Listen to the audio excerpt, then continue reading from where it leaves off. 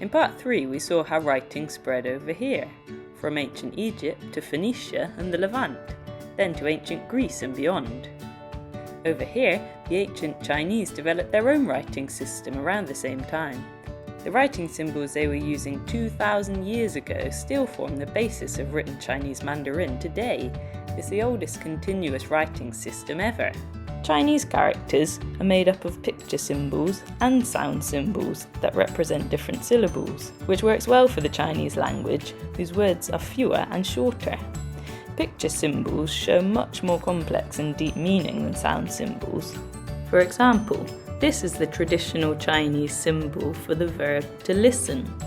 You don't just listen with your ears, but with your mind, your eyes, by being present, being focused, and using your heart. But unfortunately, picture symbols just don't work out that well for languages over here. Or here, it turned out. Until around 600 years ago, Koreans had used Chinese symbols to write and read in their language.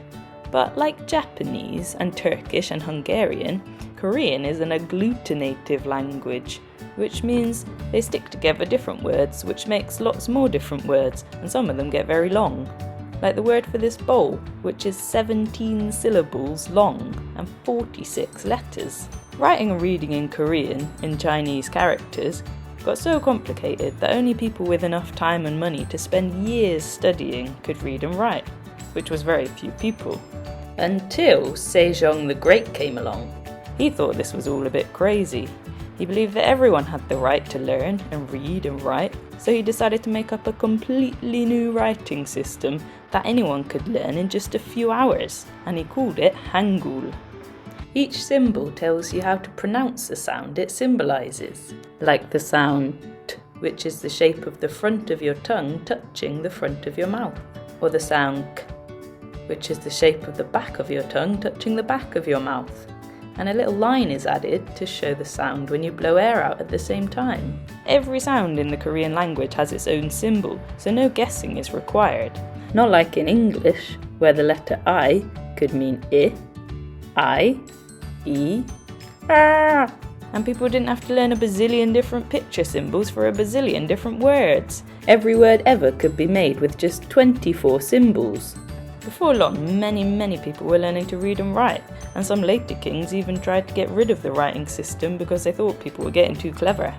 In the 1950s, Chairman Mao simplified a lot of Mandarin symbols to make it easier for people to learn. Some people weren't too happy because a lot of words lost a lot of their meaning. For example, the verb to listen that we looked at earlier was simplified to this.